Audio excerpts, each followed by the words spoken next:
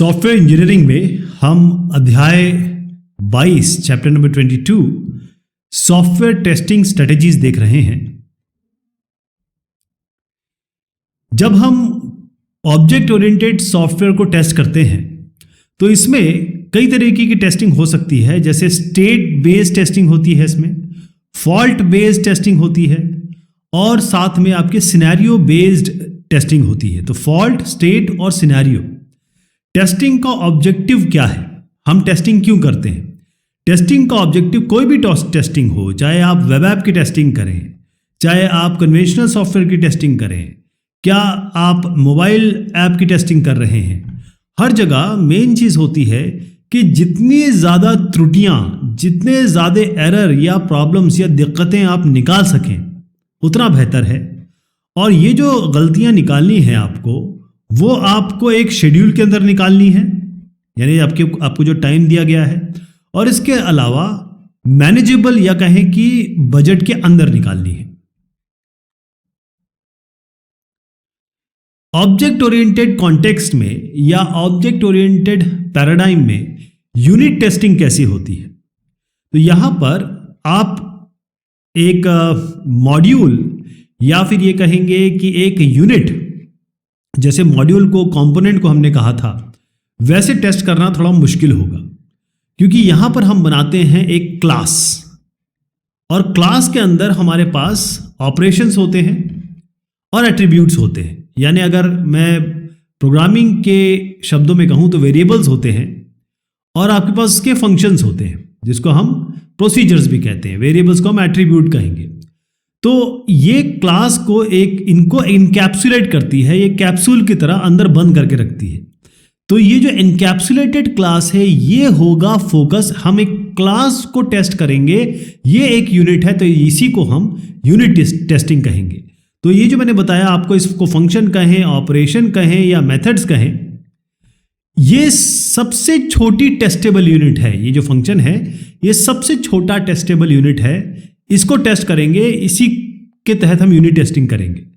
अब यहां पर एक क्लास में आपके एक से ज्यादा ऑपरेशन हो सकते हैं। अब आप देखिए, इसके अंदर हो सकता है, मान लीजिए ये क्लास, एक नाम ले लेते हैं, जैसे ऑपरेशंस कर लेते हैं या कैलकुलेटर कर लेते हैं, तो इसके अंदर आपको ऐड फंक्शन भी मिलेगा, इसके अंदर आपको मल्टीप्लाई फंक्शन भी मिलेगा, इसके अंदर आपको डिवीजन फंक्शन भी मिलेगा। इससे तमाम तरीके के आपको फंक्शन यहां पर मिलेंगे। तो क्योंकि एक क्लास में बहुत सारे फंक्शंस हो सकते हैं, तो यहां पर हमको हर एक ऑपरेशन, और दूसरी बात यह है कि यही आपको ऐड ऑपरेशन किसी और क्लास में भी मिल सकता है, मिलेगा भी, मोस्ट ऑफ द टाइम मिलता है आपको। तो हो सकता है कि यही ऑपरेशन दूसरे आपके किसी क्लास में भी हो, तो हमको इस ऐड को इस क्लास के तहत चेक करना है, इस क्लास के पार्ट के तहत। फिर अगली बार जब हम क्लास ऑपरेशन की जगह क्लास नंबर 2 चेक कर रहे हैं, तो इसमें भी ऐड हो सकता है, तो इस ऐड को आप इसके तहत चेक करेंगे, इस क्लास के तहत चेक करेंगे। जैसे मैं आपको बताता हूं, ये तो मैंने आपको बता दिया कि एक नाम के अलग अलग फंक्शन हो सकते हैं, जिसमें हम पॉलीमॉर्फिज्म का नाम लेंगे या हम कहेंगे फंक्शन ओवरलोडिंग, ऐसे तमाम चीज़ें हो सकती हैं। मैं आपको एक छोटा सा एग्जांपल बताता हूं। मान लीजिए कि एक ऑपरेशन है x, एक फंक्शन है x, यहां पर हमारी एक क्लास है, इसको हम सुपर क्लास कह रहे हैं, इसमें ये डिफाइंड है, इसके अंदर ये x फंक्शन डिफाइंड है, ठीक है जी। अब हमने क्या किया, ये जो क्लास है, ये मान लीजिए हमारी a क्लास है, तो हमने एक क्लास C बनाई और ये a को हमने इनहेरिट कर लिया, इस a को इनहेरिट कर लिया, यानी कि ये हमारी सुपर क्लास हो गई, ये हमारी सब क्लास हो गई, ठीक है जी। तो ये जो x फंक्शन है वो तो इसमें भी आ गया, क्योंकि हमने इसको इनहेरिट किया है। इसमें अभी हमने लिखा नहीं है, लेकिन अगर हमने यहाँ पर एक्सटेंड कर दिया तो अपने आप x इसके अंदर आ गया, है ना। लेकिन ये जो x फंक्शन है वो तो इसके एट्रीब्यूट्स या इसके वेरिएबल्स पे काम कर रहा होगा, इन फंक्शन के साथ काम कर रहा होगा। यहां पर जो x आया वो इसके साथ काम कर रहा है, नहीं, वो तो इनके साथ काम कर रहा होगा, है ना। तो यहां पर हमको इस तरीके से चेक करना पड़ता है, हर एक फंक्शन को उसकी क्लास के तहत चेक करना पड़ता है, ठीक है जी। अब क्लास टेस्टिंग जब हम ऑब्जेक्ट ओरिएंटेड के तहत देखते हैं, तो यूनिट टेस्टिंग जो हम कन्वेंशनल सॉफ्टवेयर में किया करते थे, इसी तरीके से यूनिट टेस्टिंग अब जब हम ऑब्जेक्ट ओरिएंटेड में करेंगे तो वो क्लास टेस्टिंग होगी, एक क्लास को टेस्ट करना, ठीक है जी। तो क्लास टेस्टिंग हम करते कैसे हैं, एक तो मैंने आपको बता दिया, हम इन फंक्शंस को चेक करते हैं। इसके अलावा क्लास अपना स्टेट चेंज करती है, तो मेथड यूनिट टेस्टिंग में आता है, मैसेज इवेंट इंटीग्रेशन टेस्टिंग में आता है, थ्रेड जो होते हैं वो आपके सिस्टम टेस्टिंग में आते हैं, ऑब्जेक्ट ओरिएंटेड पैराडाइम में।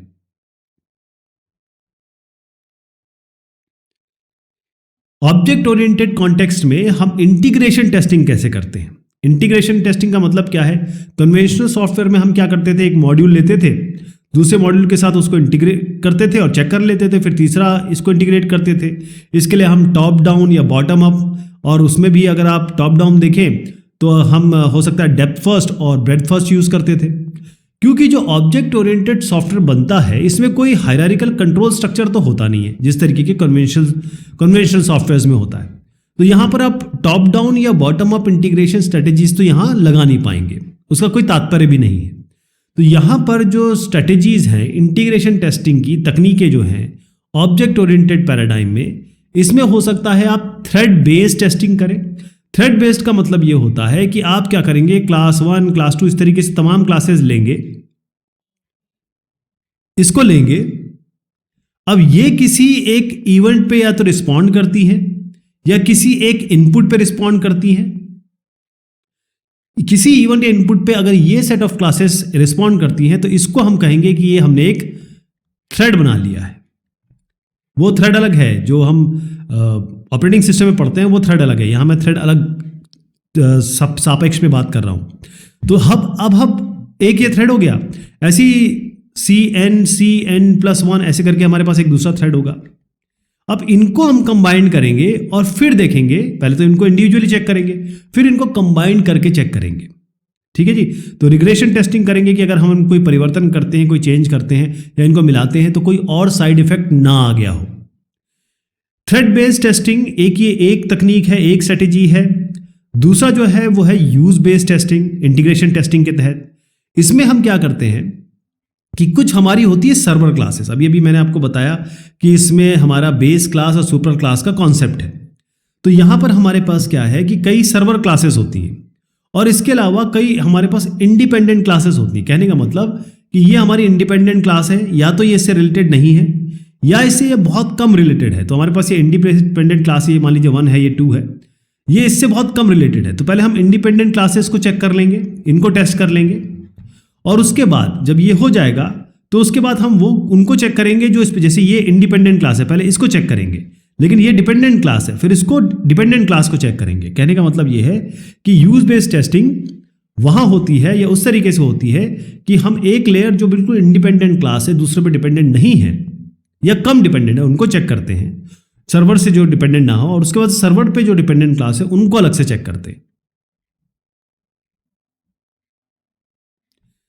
हम यहां पर ड्राइवर भी यूज कर सकते हैं और स्टब भी यूज कर सकते हैं। अब ड्राइवर हम कब यूज करेंगे? ड्राइवर हम वहां यूज करेंगे या तो हमको जैसे कुछ क्लासेस हैं और ये ड्राइवर क्लास है जो इनको कॉल कर रही है, अगर ये नहीं बनी है तो इसको हम ड्राइवर बना देंगे, एक ड्राइवर क्लास बनाएंगे। तो ड्राइवर क्या हो सकता है, जैसे अगर आप यूजर इंटरफेस बना रहे हैं, एक QT में आप एक यूजर इंटरफेस बनाते हैं, तो इस यहां से इनपुट लेंगे आप। तो इसको बनाने के लिए आपको एक ड्राइवर क्लास, मतलब बेसिकली ड्राइवर आप यूजर इंटरफेस की तरह बना सकते हैं। यूजर इंटरफेस एग्जांपल दे रहा हूं मैं। तो यूजर इंटरफेस अगर आपको क्रिएट करना है तो आपको एज अ ड्राइवर बनाना पड़ेगा, क्योंकि यही बाकी क्लासेस को कॉल कर रहा है। इसी तरीके से स्टब्स होते हैं। स्टब्स कहां पर आएंगे? मान लीजिए आपका ये क्लास 1 है, ये क्लास 2 है, क्लास 3 है, ये आपस में कोलैबोरेट कर रहे हैं। हो सकता है C2 बनी नहीं अभी तक, तो इसके लिए आपको स्टब बनाना पड़ेगा। क्लस्टर टेस्टिंग ये भी एक स्टेप है इंटीग्रेशन टेस्टिंग में, ऑब्जेक्ट ओरिएंटेड सॉफ्टवेयर के तहत। यहां पर हम क्या करते हैं क्लस्टर टेस्टिंग में, यहां पर हम CRC आपको बताया था मैंने, जैसे हम जो कोलैबोरेशन वाला डायग्राम होता है, या फिर हम कार्ड बनाते हैं इसके, इसी तरीके से हम ऑब्जेक्ट रिलेशनशिप OR डायग्राम बनाते हैं। ये जो हमने बनाया है डिजाइन में, इसको देखते हैं और इससे हमें पता चलता है कि कौन सी क्लासेस आपस में कोलैबोरेट कर रही हैं। ये जो कोलैबोरेटेड क्लासेस हैं इसका हम क्लस्टर बनाते हैं और यहां पर इस तरीके से हम टेस्ट केस डिजाइन करते हैं ताकि ये जो कोलैबोरेशन है इसका एरर हमें पता चल सके। इसको हम क्लस्टर टेस्टिंग कहते हैं। वेब ऐप्स के लिए क्या टेस्ट स्ट्रेटेजीज होंगी? वेब एप्लीकेशन के लिए जितने भी हमारे बेसिक प्रिंसिपल होते हैं सॉफ्टवेयर टेस्टिंग के, चाहे वो कोई भी सॉफ्टवेयर आप चेक कर रहे हैं, कन्वेंशनल सॉफ्टवेयर हो, ऑब्जेक्ट ओरिएंटेड सॉफ्टवेयर हो, या मोबाइल ऐप हो, या फिर वेब ऐप हो, इसमें जो बेसिक प्रिंसिपल हैं वही यहाँ इस्तेमाल होते हैं। मैं एक एक करके आपको बताता हूँ कि वेब ऐप में सबसे ज़्यादा इंपॉर्टेंट क्या होता है। वेब ऐप में मतलब वेब पे जब जाएंगे, या फिर मान लीजिए ब्राउजर पे आपने कोई ऐप बनाया है, वेबसाइट बनाई है, तो इसमें सबसे इंपॉर्टेंट होगा कंटेंट। अलग अलग कंटेंट होंगे, तो ये जो कंटेंट है इसको देखा जाएगा, इनमें कोई एरर तो नहीं है कंटेंट मॉडल को। फिर यूज़र इंटरफेस है, ये सबसे इंपॉर्टेंट चीज़ है कि भाई इंटरफेस टेस्टिंग करनी होगी। यूज़र इंटरफेस है, इसको देखा जाएगा कि भाई सारे या यूज़ केस इसमें इसको इम्प्लीमेंट किया गया है कि नहीं किया गया है। डिज़ाइन मॉडल, इसको रिव्यू किया जाएगा कि भाई यहाँ से जैसे पेज 1 है, इसको क्लिक करेंगे तो पेज 2 आएगा, फिर करेंगे तो पेज 3 आएगा, फिर पेज 3 से वापस यहाँ जाएंगे, तो नेविगेशन ठीक हो रहा है कि नहीं हो रहा है, नेविगेशन में कोई एरर तो नहीं है। और जैसे मैंने बताया कि यूज़र इंटरफेस की टेस्टिंग बहुत ज़रूरी है, क्योंकि यूज़र इंटरफेस से ही मेन प्रेजेंटेशन होगा, यूज़र इंटरफेस से ही आप नेविगेट करेंगे, तो इसको चेक किया जाएगा। हर एक फंक्शनल कंपोनेंट जहां जहां कोई फंक्शन दे रहा हो उसको आप यूनिट टेस्ट करेंगे, क्योंकि फंक्शन का मतलब होता है कि आप यहां पर कोई ना कोई एक्टिविटी, कोई ना कोई रिजल्ट आ रहा है। नेविगेशन पूरा आपको आर्किटेक्चर के हिसाब से चेक करना पड़ेगा कि सही जगह पे जाके सही जगह पे वापिस आ रहा है कि नहीं आ रहा है, क्योंकि वेब ऐप का मेन काम यही होता है कि आपको नेविगेशन चेक करना है। तो वेब ऐप को आप टेस्ट करते हैं, क्योंकि ये कहाँ है, आप क्रोम में यूज़ कर रहे हैं इसको, या आपका कोई वेब एप्लीकेशन है, जैसे मान लीजिए आप किसी ब्राउज़र पे चला रहे हैं तो क्रोम में भी चलेगा, इंटरनेट एक्सप्लोरर पे भी चलेगा, फायरफॉक्स पे भी चलेगा, सब पे आपको चेक करना पड़ेगा। तो अलग अलग एनवायरमेंटल कॉन्फ़िगरेशन, अलग अलग सिस्टम और अलग अलग हार्डवेयर पे आपको इसको चेक करना पड़ेगा। अब सबसे इंपॉर्टेंट आता है कि जब आप वेब ऐप पे आते हैं तो आप www या फिर किसी इंट्रानेट या इंटरनेट से कनेक्ट हो जाते हैं। तो जब आप इससे कनेक्ट होते हैं तो आपको ये देखना होगा कि सिक्योरिटी का एस्पेक्ट क्या आ रहा है। तो सिक्योरिटी टेस्ट को हम यहाँ पर कंडक्ट करते हैं ताकि कोई भी पेनिट्रेशन, कोई भी बाहर की वल्नरेबिलिटी जहाँ से इसको भेदा जा सके उसको हम रोक सकें। परफॉर्मेंस टेस्ट, क्योंकि जब वेब ऐप का मेन चीज़ है कि आपने कोई काम किया और ऐसी चक्री घूमती रही तो कोई आएगा नहीं इस पर, तो इसके लिए हमको परफॉर्मेंस टेस्टिंग करनी पड़ती है। ये परफॉर्मेंस टेस्टिंग बहुत ज़रूरी है। उसके बाद हम वेब ऐप को टेस्ट करते हैं, बड़े ऐसे लोगों को देते हैं, एक एंड यूज़र को, ताकि मतलब कुछ पॉपुलेशन को हम दे देते हैं, कुछ लोगों को दे देते हैं ताकि वो उसे चेक करें कंट्रोल एनवायरनमेंट में। मोबाइल ऐप्स को कैसे चेक किया जाएगा, मोबाइल ऐप को कैसे टेस्ट किया जाएगा? तो मोबाइल एप्लीकेशन में कुछ स्पेशल चीज़ होती है। पहली चीज़ तो ये है कि चाहे मोबाइल ऐप हो, चाहे वेब ऐप हो, चाहे कन्वेंशनल सॉफ्टवेयर हो, ऑब्जेक्ट ओरिएंटेड सॉफ्टवेयर हो, सब में जो बेसिक प्रिंसिपल है टेस्टिंग की वो तो अप्लाई होगी।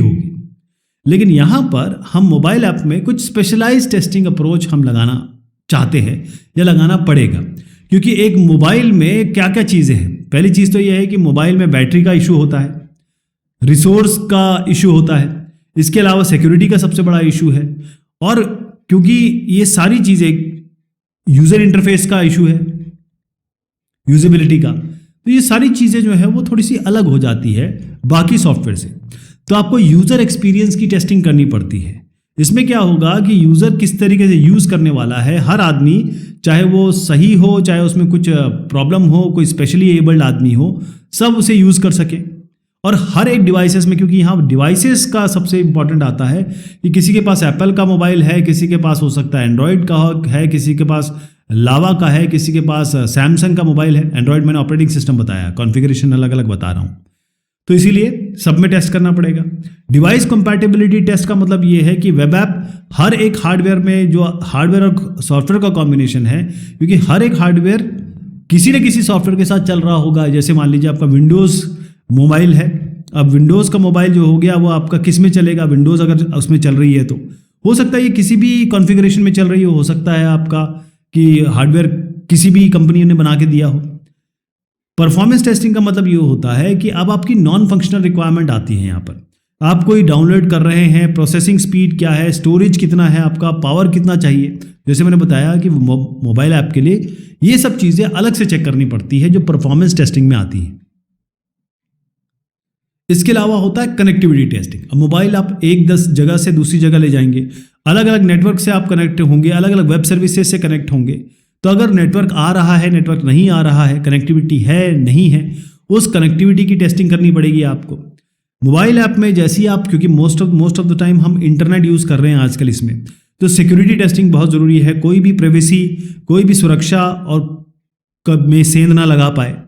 टेस्टिंग इन द वाइल्ड का मतलब ये होता है, अब आपको पूरे ग्लोब में, चाहे सहारा डेजर्ट हो, चाहे वो आपका यूकॉन हो कनाडा में, आपको हर जगह जाके चेक करना पड़ेगा। यानी कि आपको यूज़र को देना पड़ेगा, रियलिस्टिक अनरियलिस्टिक सब कंडीशन में इसको चेक करना पड़ेगा। इसके अलावा आपकी सर्टिफिकेशन टेस्टिंग है। सर्टिफिकेशन टेस्टिंग ये कहलाती है कि टेस्टर ये देखे कि भाई वो सारे के सारे जो स्टैंडर्ड्स है उसको मीट करें, क्योंकि ये मोबाइल ऐप जो है वो कहाँ से लेंगे लोग, वो तो मोबाइल ऐप स्टोर से लेंगे, चाहे वो आपका एंड्रॉयड का स्टोर हो, प्ले स्टोर हो, चाहे वो आपके जो एप्पल का स्टोर हो, वहाँ से लेगा। तो उसको चेक करना पड़ेगा आपको। वैलिडेशन टेस्टिंग, वैलिडेशन का मतलब होता है, पहले वेरिफिकेशन और वैलिडेशन हमने देखा था। वेरिफिकेशन का मतलब है क्या मैंने जो बनाया है वो सही बनाया है, और क्या मैंने जिसके लिए बनाया वो सही बनाया, वो वैलिडेशन हो गया।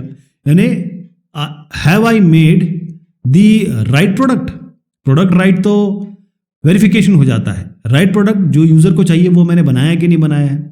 तो वैलिडेशन टेस्टिंग शुरू होती है जब इंटीग्रेशन टेस्टिंग की समाप्ति हो जाती है।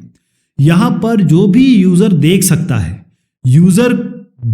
है, चाहे इनपुट हो चाहे आउटपुट है, उसके लिए फोकस होता है मेन, क्योंकि ये बेसिकली किसके लिए किया जा रहा है कि ये यूजर रिक्वायरमेंट के हिसाब से किया जा रहा है। वैलिडेशन तभी हो पाता है जब सॉफ्टवेयर उस तरीके से काम करे जिस तरीके से यूजर ने इसको मांगा है। ठीक है जी। तो सॉफ्टवेयर रिक्वायरमेंट स्पेसिफिकेशन अगर बनाई गई है, वैसे नॉर्मली बनाना पड़ता है, ये वो सॉफ्टवेयर रिक्वायरमेंट स्पेसिफिकेशन है या वो रिक्वायरमेंट है, उसमें एक वैलिडेशन क्राइटेरिया होता है नॉर्मली, और उसी के तहत वैलिडेशन टेस्टिंग की जाती है। तो वैलिडेशन टेस्टिंग का क्राइटेरिया क्या होगा? सॉफ्टवेयर वैलिडेशन जो होगा वो तभी हो सकता है जब यूजर की जो रिक्वायरमेंट है वो पूरी की जाएगी। हर एक यूज केस को आपने पूरी तरीके से इंप्लीमेंट किया हुआ है जो यूजर को चाहिए, और सही तरीके से इंप्लीमेंट किया है। तो एक टेस्ट प्लान हमको बनाना पड़ता है, जितनी भी फंक्शनल रिक्वायरमेंट है, यूजर ने जो जो मांगी है वो सेटिस्फाई हो, वो पूरी हो। जैसे जितने भी बिहेवियरल कैरेक्टरिस्टिक हो, सॉफ्टवेयर किस स्टेट से दूसरे स्टेट में चेंज हो रहा है, वो सारी की सारे हमने अचीव कर ली है। इसके अलावा जो कंटेंट हमने दिया है वो पूरी तरीके से सही हो और सही तरीके से दिखाया जाए। इसके अलावा कुछ जो भी परफॉर्मेंस रिक्वायरमेंट है, ये सारी जो आपकी नॉन फंक्शनल रिक्वायरमेंट में आती है, वो हमने पा ली हो। डॉक्यूमेंटेशन सही तरीके से हो सकता है यूज़र गाइड हो इसमें हो, वो सही तरीके से हो ताकि यूज़र उसे समझ सके। जैसे मैंने बताया आपको कि नॉन फंक्शनल रिक्वायरमेंट जैसे कि यूजिबिलिटी हो गया, ट्रांसपोर्टेबिलिटी हो गया, कंपैटिबिलिटी हो गया, एरर रिकवरी हो गया, मेंटेनेबिलिटी हो गया, ये सब चीज़ें भी इसमें आती है। तो इसके लिए क्या होता है, एक डेफिशिएंसी लिस्ट क्रिएट की जाती है कि जो जो स्पेसिफिकेशन के हिसाब से नहीं किया गया है, या स्पेसिफिकेशन ये मांग रहा था आपने ये दे दिया है, उसको यहाँ दर्ज किया जाता है। और उसके बाद इसको यूजर जो स्टेक होल्डर है उनकी सहमति से इनको रिजॉल्व किया जाएगा। एक तरीका अपनाया जाता है कि कैसे इनको रिजॉल्व किया जाएगा।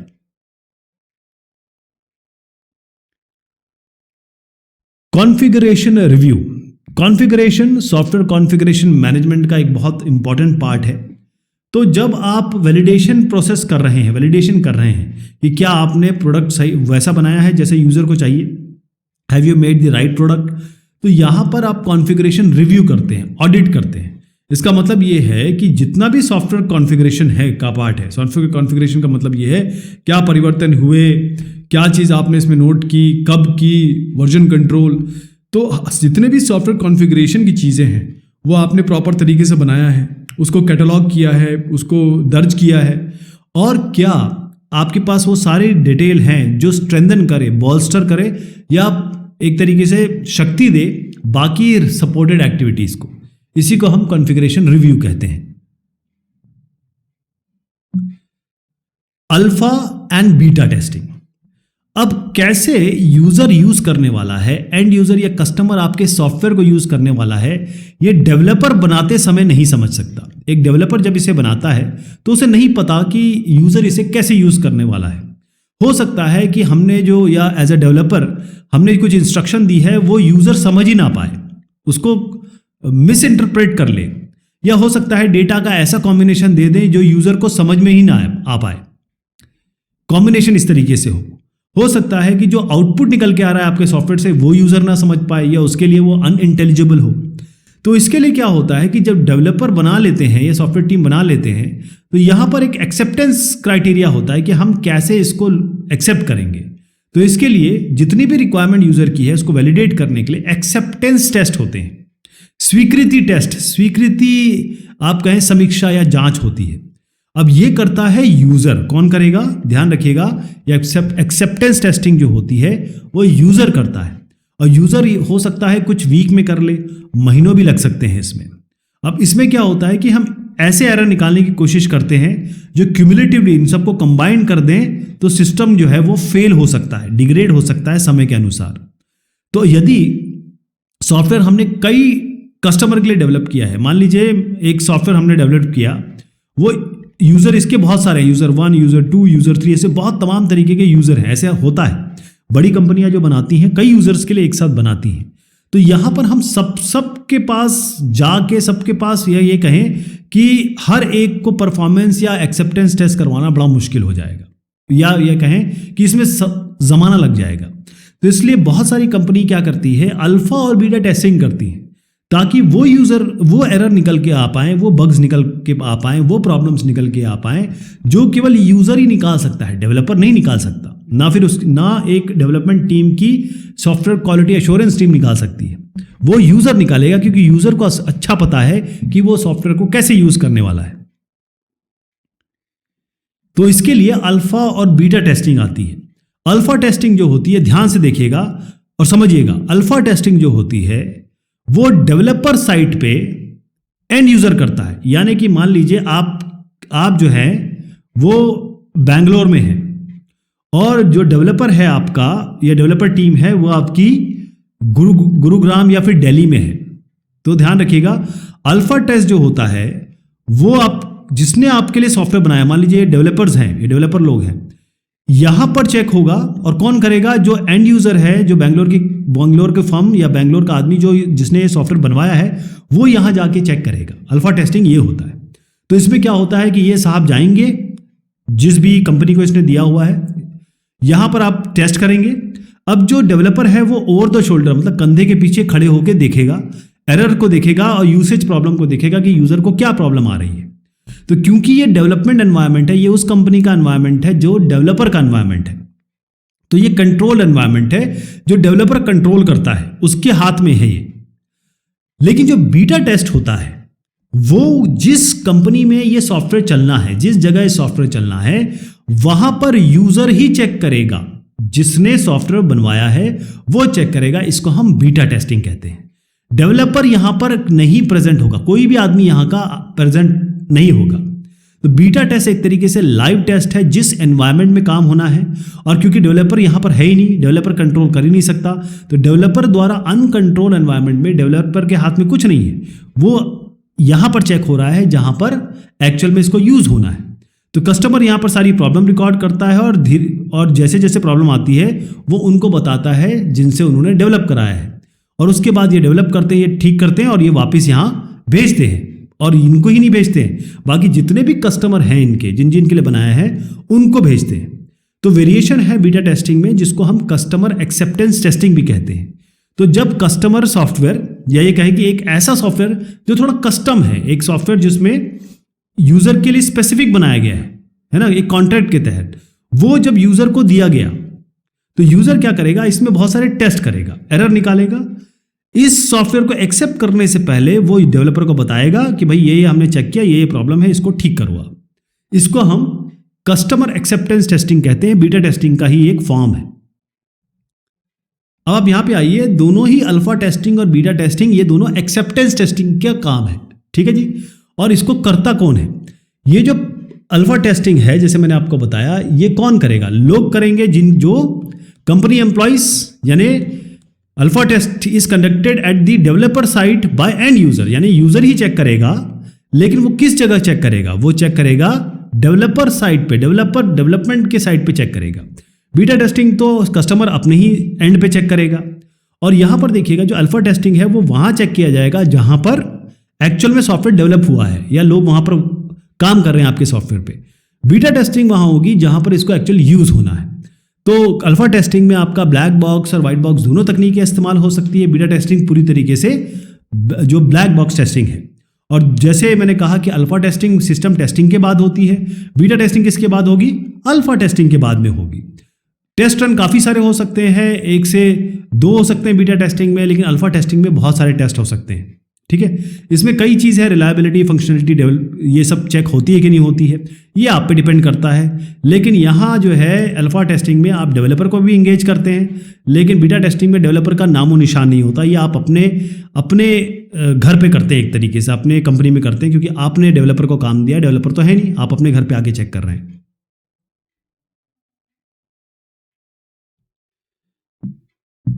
तो ये एक और पार्ट हुआ, अगला पार्ट हम देखेंगे अगली बार। तब तक के लिए शुक्रिया।